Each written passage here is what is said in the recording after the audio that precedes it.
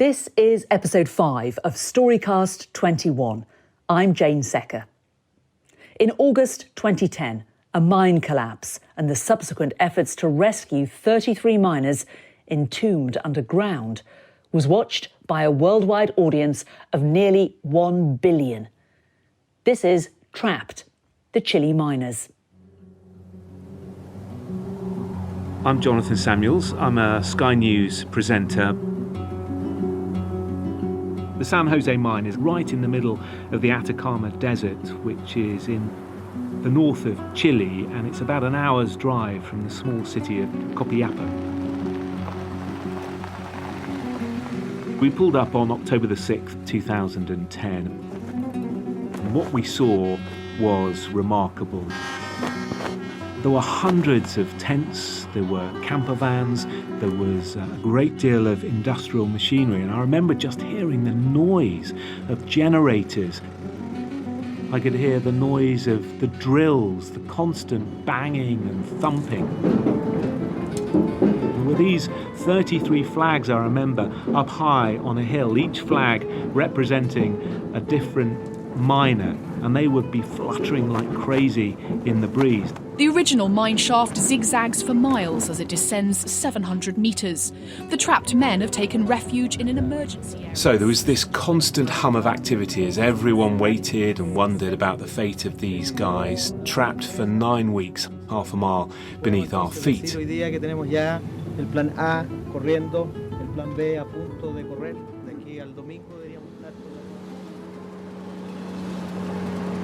I arrived about a week before the end of the story, if you like.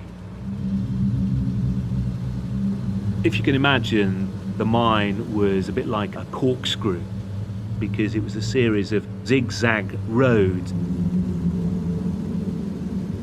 Trucks would drive up and down these roads to bring the copper and gold from the bottom right up to the surface. And it was quite down deep near the bottom of the mine where these men were when one of the tunnels collapsed.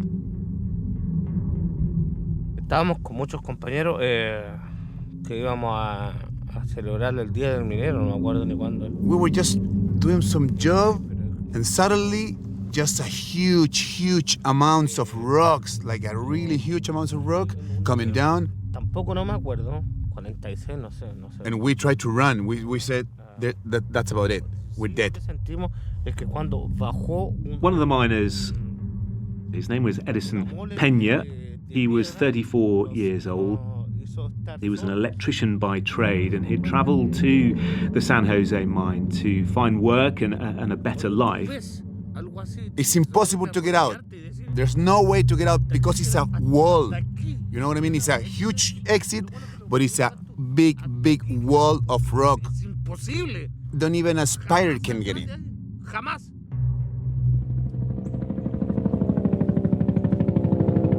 The rescue effort started immediately, of course.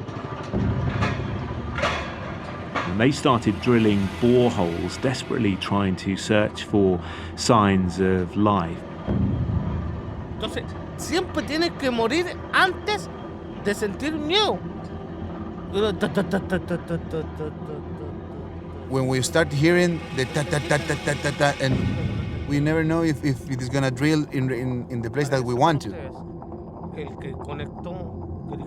We were scared because we most of the time we thought we were gonna die.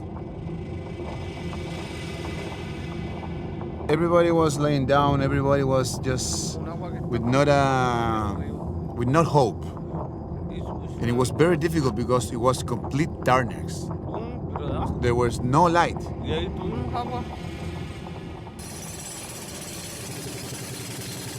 So 17 days had passed, 2.5 weeks, and I don't think many people expected any sign of life after all that time. And then a miracle happened. From deep underground, the strains of Chile's national anthem. On August the 22nd, suddenly a drill broke through into their underground chamber. Yo sí puedo explicar porque siempre tengo algo dentro, sí.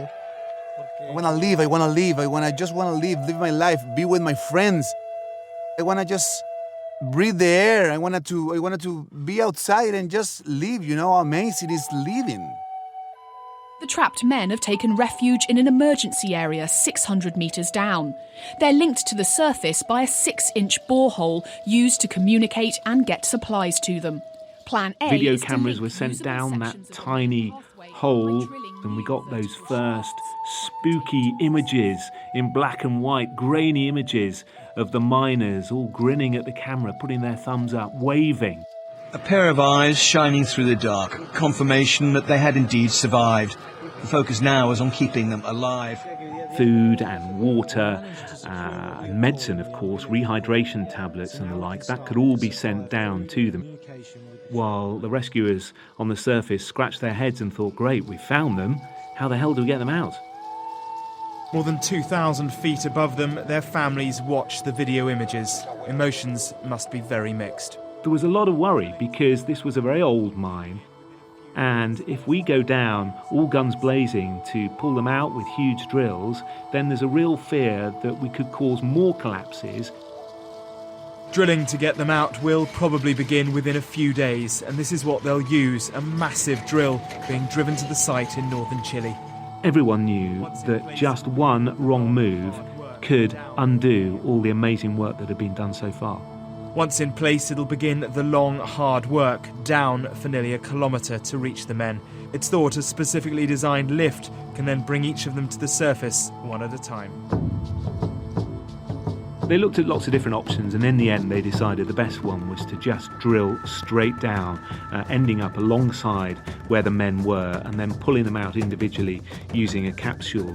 It looks like something that NASA might have built, and it has a name to match, the Phoenix. But this will be going 700 meters down. When I heard of the plan, Llevamos como 5 días. I was optimistic. So I started running. People said to me that I shouldn't be running, but I just need to do something. I start running because I wanted to say, this mine is not gonna put me down. We're gonna rise. So there was quite a lot of space down there for the miners. They weren't completely squeezed into this tiny hole. They had about 2 kilometers of tunnel, and Edison Peña was a fitness fanatic. So the weeks start to pass, 4 weeks, 5 weeks, 6 weeks. And Edison spends a lot of his time running up and down the mine tunnel trying to keep fit.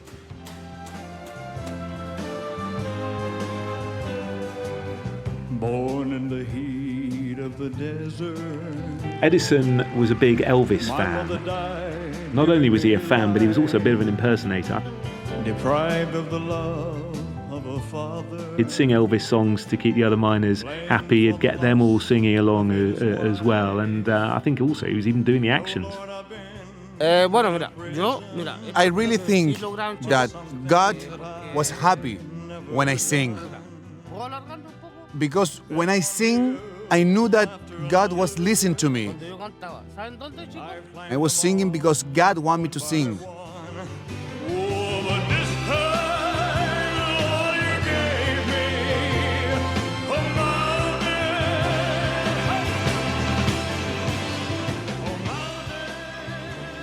It's now October and the men had been underground for more than 2 months.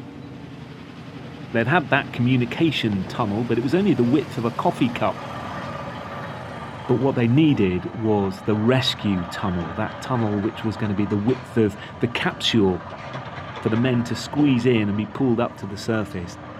And then on that day, they were sat there in the dark and they could hear the drill getting closer and closer, and suddenly the tip broke through. And one of them shouted, "We can see the nose, it's through, it's through." Understandably, those operating the drill revelled in the moment. The relatives too were jubilant. I know there was this madness above because we heard these comedians and politicians. But the only true person that I wanted to see upstairs was my brother. My brother was one of the real person about, not part of this festival, this madness. In the next few days, rescue workers will undertake one of the world's deepest mine rescue attempts. The miners have been warned. I remember seeing plans for the capsule and thinking, there's no way, there is no way I would be able to do this. The able will be brought out first to make sure the capsule works, followed by the weak, and the most able will Obviously, these guys are miners, so they're used to working in pretty inhospitable places. But I think even for them, psychologically, this was a big deal. Getting into this cage that you could barely fit in, having the door shut behind you, just giving your life to the people on the surface. The journey could take anything from 15 minutes to 1 hour. The man in charge of the rescue operation warns it can't be rushed. The only way out was this capsule. You're not able to move. You have to be quiet. And you know you have to be quiet. You know why? Because it's the only way. And this thing sounds like... And you have to be quiet. And you know why?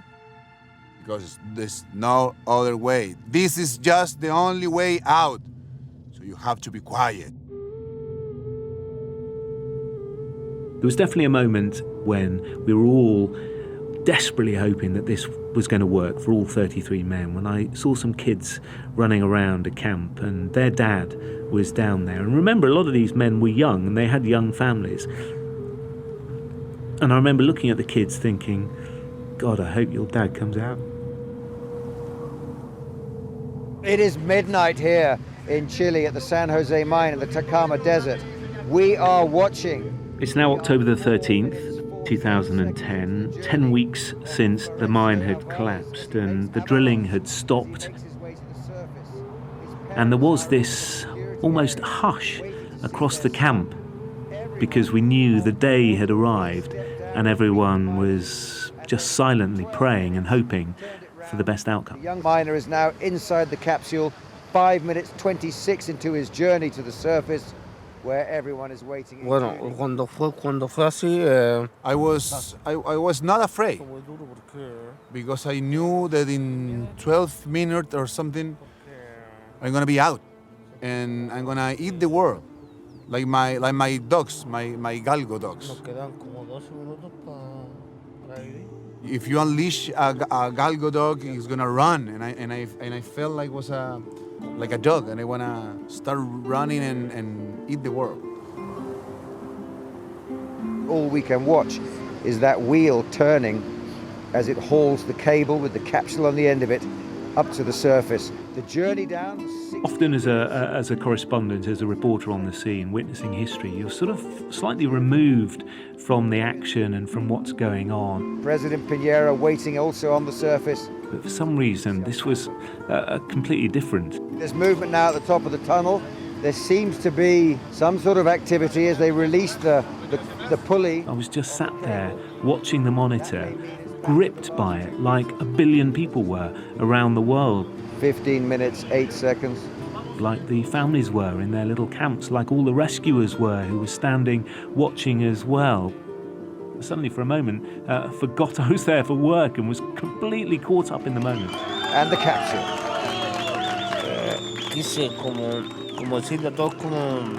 When I get out, I talk to God and I said, God, here I am. Give me the signal. I want to be tough and I want to say the truth. I promise a lot of things. Yo prometí, ¿sabes cuándo? ¿Puedo hablar esto? I tried to make some changes and it wasn't true. But now I am something. Now I am one of the 33 miners.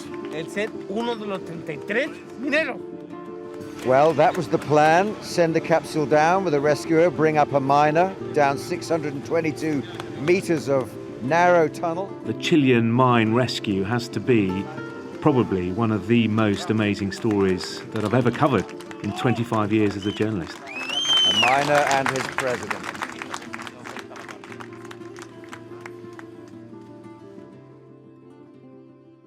Following the rescue of the 33 men, Chile's mining industry had a safety overhaul. But Edison Peña and many of the miners say they have never been properly compensated for safety breaches that contributed to the collapse of the San Jose mine and left them unable to work. Trapped, The Chile Miners was written and produced by Robert Mulhern. For more information on this podcast, go to skynews.com/StoryCast21. Next time. After I got the bullet injury, I thought I would die. I could not tolerate the pain and burning in my injured area. I did not know where I was going, or the people carrying me. Only Allah knows what was happening.